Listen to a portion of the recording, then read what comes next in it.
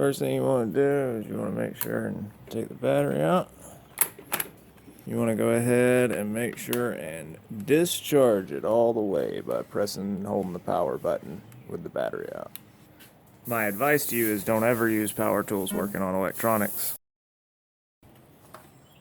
There we go. Both of those out to put in our brand new Steak 1.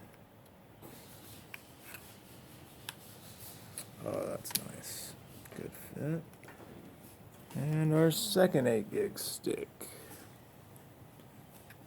Make sure you push it in there nice and even, be good and gentle. Boop.